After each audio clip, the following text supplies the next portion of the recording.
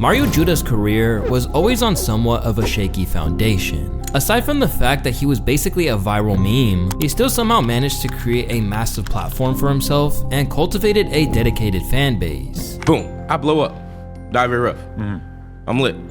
And you know, I'm you know, meme and everything, which is funny. Like, I didn't know it was gonna take a meme route, but it did, you know. Not only was he versatile, allowing him to create a mixture of rap and rock, but at one point, the man even made the elusive Playboi Carti come back to finally drop his long-awaited Whole Lotta Red album after he threatened to do it for him. Alright, bro, Playboi Carti. Drop Whole Lotta Red, bro. If you don't drop it, I'm dropping it for you. Once he scored a big hit, the whole world was eager to see his next move. However, what he did after gaining publicity was something that no one expected. And instead of becoming the mainstream star he was potentially going to become, Mario Judah is nowhere to be found these days. My name is Louaista, and today I want to investigate what happened to Mario Judah. The internet meme and rapper Mario Judah first caught the hip-hop community's attention with the release of his song Die Very Rough in 2020. Till this day, the sound of this track is something you still do not hear at all.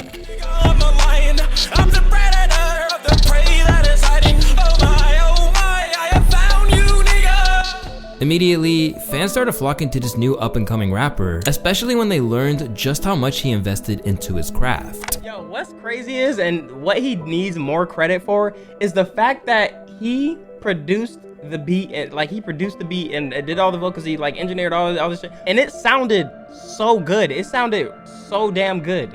Like, he's actually talented, bro. He's actually talented. Taking influence from bands like Korn and Slipknot that he loved ever since he was a kid, Mario embraced a rock-inspired sound, and eventually he was convinced to try and branch out to become an artist in his own right. I started off making beats and being a producer only, and that's all I ever really wanted to do, was just be that. And around January of this time, someone was like, you know what, you should start songwriting and you know, making hooks and everything like that. And I didn't want to do it. And they're like, nah, you know, it could be a good opportunity for you, this, that, and the other. And I was like, you know what? All right, I'll try it. Alongside a cover of DaBaby's Rockstar, where he showed off his unique vocal talents, Mario had people shook, and in the process, made himself into a meme thanks to his odd appearance, with notable names such as Drewski calling him the devil.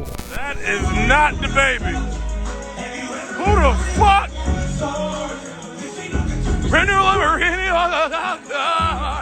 That's the devil.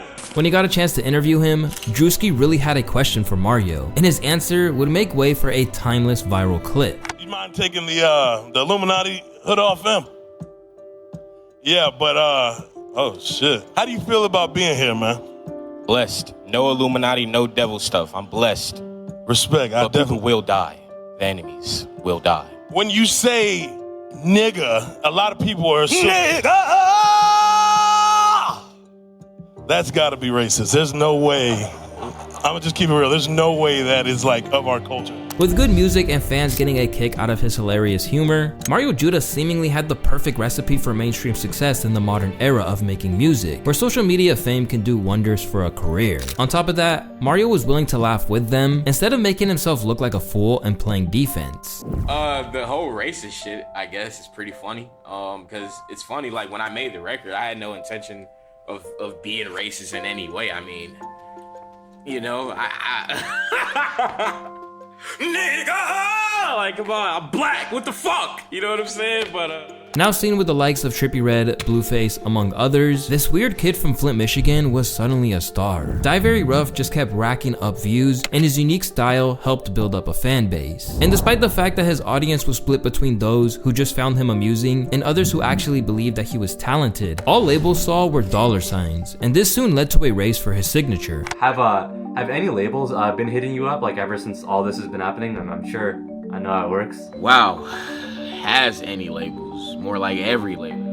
Eventually, he was signed with Atlantic Records, and while signing that big contract often feels like the next stepping stone to success, it didn't quite work out that way. After Die Very Rough became a big hit, Mario was ready to give it all to the audience, who were eagerly waiting for his next move, and insisted that he was going to do whatever they wanted. Hey, they want me to start making love songs, I'm gonna start making love songs. They want me to start making party songs, I'm gonna start making party songs. I can do it all, whatever they want, you know what I'm saying? But despite his insistence that he was going to forge his own lane, he soon decided to try and barge into someone else's in order to put pressure pressure on his hero. And while it paid off at first, it didn't quite help his longevity at all. To preface this next segment, I gotta jog your memory right quick. If you're a Playboi Carti fan in any way, shape, or form, you definitely remember what the wait for Whole Lotta Red was like. Subject to constant delays, the follow-up often seemed like it would never drop, and his rabid audience were frustrated. And among these angered fans was none other than Mario Judah, claiming that he had always been listening to him for years and labeled himself as one of Carti's biggest stans. I'm a fan just like anybody else who has 300 followers on Instagram. You know what I'm saying? I'm commenting under his post.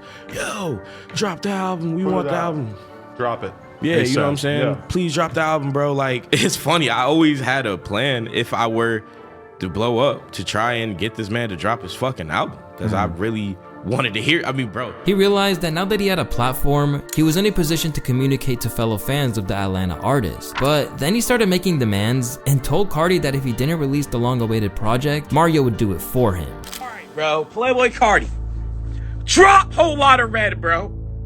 We want it. Bad. We've been waiting 2 years. You have 1 week. If you don't drop it, I'm dropping it for you. Drop it before December 6th. This is not a game. This is not a drill. This is not a test. Drop Whole Lotta Red now, or else I will drop it for. I will drop that bitch. I will drop Whole Lotta Red if you don't. Yeah! Rather than talking about his own output, this gauntlet that he threw down to his hero suddenly became the biggest talking point in every interview.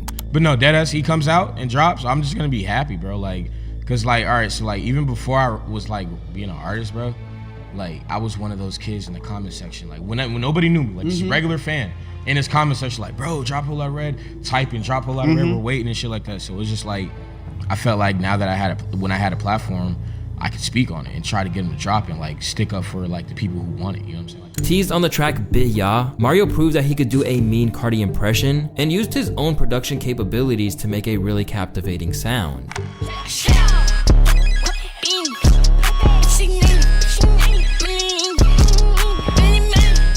People were taken aback by this, cause for one, it was just stupid, but it was fire as everyone was waiting for Whole Lotta Red, while others were just surprised at the fact that he even nailed down Carti's editing style in the music video. Choosing to mimic an existing rapper rather than focusing on his own career, it only enhanced that Mario was only a meme rather than a genuine artist. After giving Carti the deadline of December 6th, it came and went without Playboi Carti dropping. So, as a man of his word, he dropped his own version of Whole Lotta Red, and while some people praised his power to copy his hero, others wondered what the point really was. Then Mario went out and dropped a new track. Bia is the title of it. And while it's not a Carti song, it's a Mario Judah song. It sounds like a Carti song. I don't exactly know what the hell is happening at this point. Are you basically like bodying Playboi Carti in his own lane purely as a way of getting attention on you? Are you really just a hardcore Carti fan and you're trying to get him to put out his music, and you think that the threat of somebody copying him so well and almost like taking up his lane in a way is going to hurry up that process? I don't really know. I really have no idea like what is the end all, the be all, what is the motivation behind all of this. And I don't really know at this point, like, how deep is Playboi Carti into all of it as well, because he doesn't really seem to have addressed much of it, despite all of the attention that it's getting. I mean, what's crazy is that Carti eventually did drop, but whether that was due to Mario Judah's rise or Carti actually having a set release date in mind is hard to tell. And when it did, a lot of people were disappointed and felt like it wasn't as good as what they were expecting it to be. In fact, at one point, the hashtag trash was trending after Whole Lotta Red dropped. Now condemned to talk about Carti for the rest of his career, Mario was also one of the fans who voiced how he was disappointed with the end product that his hero delivered. Whole Lotta Red. Yep. Your campaign. Yep. Talk about it. Man, I just really wish, you know, we would have had the album 2 years prior. He drops, and I was sad, bro. And after that, and leading up to that, I was like posting a video damn near every day, speaking about Twitter, everything. Yeah, I didn't speak for like damn near 5 days, bro. And how many times did you listen to the album in that period of Bro, time? I listened to it probably like 34 times. And did you grow more fond of it? Nah, man. I'm still upset. It's a lot of great songs that he's posted snippet wise that his fans want, that we want, and we're not on there. I mean, New Neon was on there. We want that Carti. We want that shit that we fuck with, bro. To me, and a lot of people, what was the problem? To us, the community, it sounded like someone was trying to be like Carti, and it was just confusing. Like, are you sure this is Carti? Suddenly best known as either the guy with the red hair, the guy with the weird pronunciation of the N-word, or the guy who trolled Carti, it didn't leave much room for him to garner much respect as an artist. And over time, this would be a major problem. He'd constantly resort to publicity stunts to garner attention, like the time he staged putting the beats on his ex-girlfriend on Instagram. And what didn't help matters is that Judah would only release music sporadically, and never properly capitalized off the success of Die Very Rough.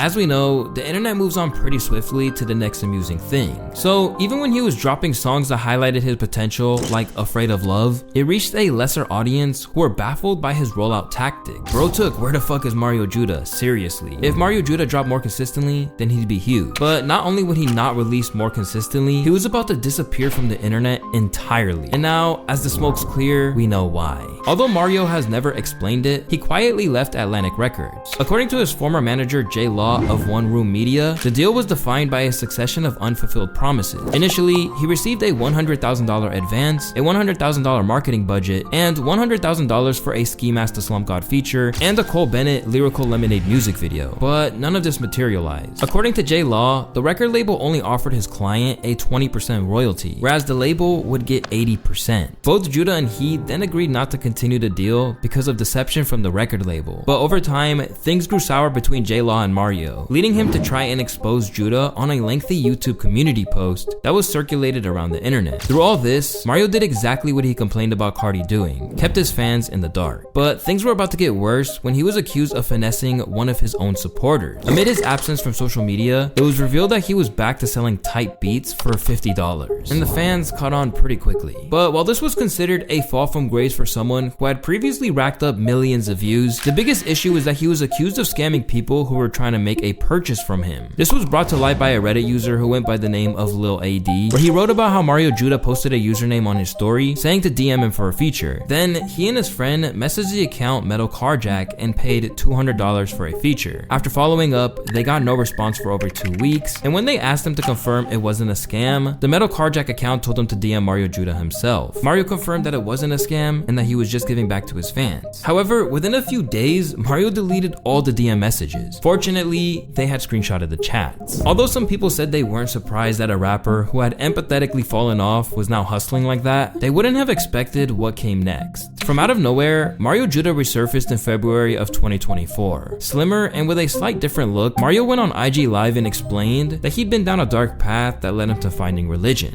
Maybe like 3 years ago, I had took a break from the internet, as y'all can see, and I was just living in deep depression, bro. Nobody knew. I ain't speak on it or nothing like that. But regardless, I was just, feel me, into drugs, all that type of weird stuff. And then I had a supernatural experience with Jesus Christ himself, bro. Like, and it was beautiful. It was like nothing I've ever experienced. You know what I'm saying? And he just, his presence, the experience that he put on me just led me to know that any and everything that I was indulging in or doing in my life, the reason why I was doing it was because I wanted to find peace, right? All right, yo. Got something to say. I know it's been a while, but just want to let y'all know, man, that Jesus Christ loves y'all, man. And I got someone I want y'all to hear from. It's a brother that got me saved. I was on his live one day, and feel me, I watched a live of his, and that was the day I got saved, man. I don't know. All glory to Jesus Christ, though. You know what I'm saying? Thank you, Jesus, for saving me. For blessing me with a platform that I can now be able to help others who are in need, who need help, who's seeking help. With the viewing figures plummeting the longer he spoke about his spiritual calling, it would typically take a little while on from this for him to follow up with an independently released EP entitled Endure. Described as a diss project to his older self, Mario finally re-emerged and was now looking to tell his story. The only problem was that no one was really listening, and to date, all of the tracks have under 20k views on YouTube. In the story of Mario Judah, there's certainly a lot of lessons to be learned. From record labels promising the world and delivering nothing to the dangers of creating novelty content, as opposed to focusing on advancing your artistry, his story is one of missed opportunities and poor decision making. Now, a man who could have brought something unique to hip hop is now mainly seen as a one-hit wonder, and although it's not impossible for him to regroup, it's going to take a lot to revive his career and recapture the success he once had.